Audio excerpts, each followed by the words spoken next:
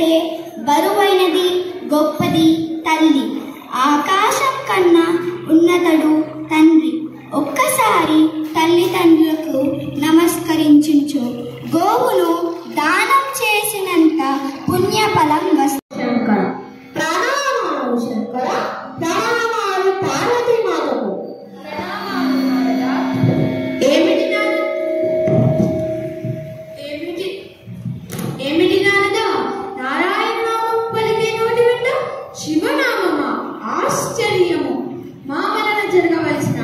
కళ్యాణం ఏదైనా ఉన్నదా? శివ బాధ్యతలను స్వీకరించి సమస్త గణాలను అదుపాజ్ఞలో నడిపించగల సమర్థుడైన ఉమాసుతుడిని గణాధిపతి చేయగలరని విన్నవించుకుంటున్నాను. కుమారులిద్దరిలో పదవి ఒక్కరికేని నా విన్నవ. పెద్ద చిక్కే తెచ్చావుగా. అయితే సరే, కుమారులిద్దరికి ఒక పరీక్ష పెడతాను. పరీక్షలో నెగ్గిన వారికి నాయకత్వం అప్పగించడం న్యాయంగా ఉంటుంది. ముల్లోకాల్లోని తీర్థక్షేత్రాలు సేవించి సందర్శించి ముందుగా ఎవరు కైలాసానికి చేరుకుంటారో వారు గుణాధిపత్య బాధ్యతను అప్పగిస్తాను. దేవి సమంజసమైన న్యాయం పరమశివ.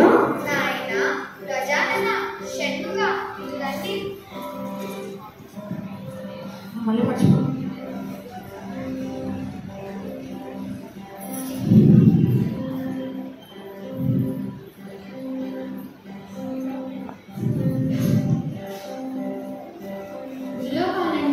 ఎవరు ముందుగా కైలాసానికి చేరుకుంటారో వారు గణాధిపత్యానికి అర్హులవుతారు.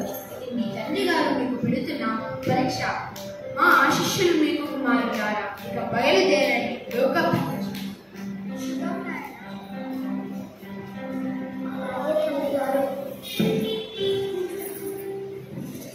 పరీక్షణీయం విన్న వెంటనే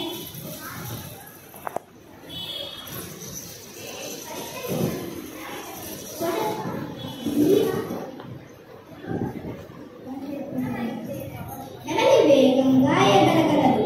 మరి గణపతి వాహనము చిన్న ఎలుక ఎగరలేదు.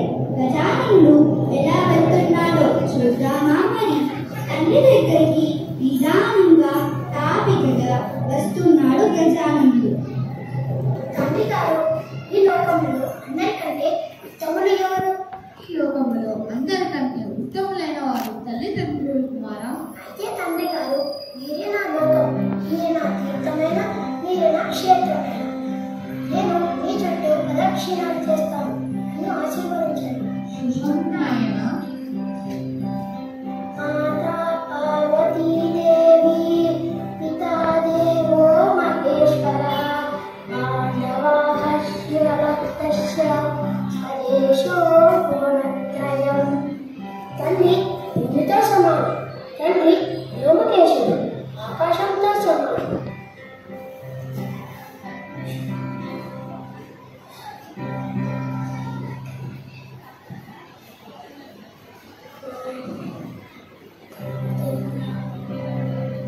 మాతా పార్వతీదేవి, పితా దేవో మహేశ్వర, మానవాహస్య రక్తస్య స్వదేశో త్రయం.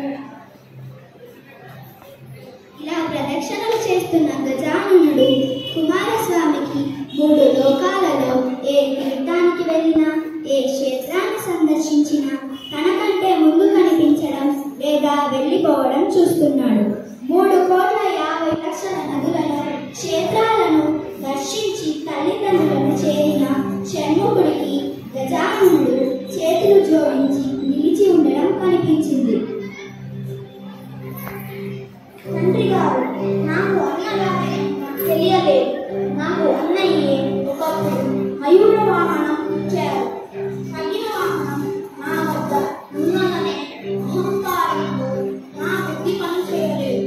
బుద్ధిలో నాకంటే అన్నయ్యే అధిపతి. అన్ని విధాలుగా ధనాధిపత్యానికి అన్నయ్యే అర్హుడు.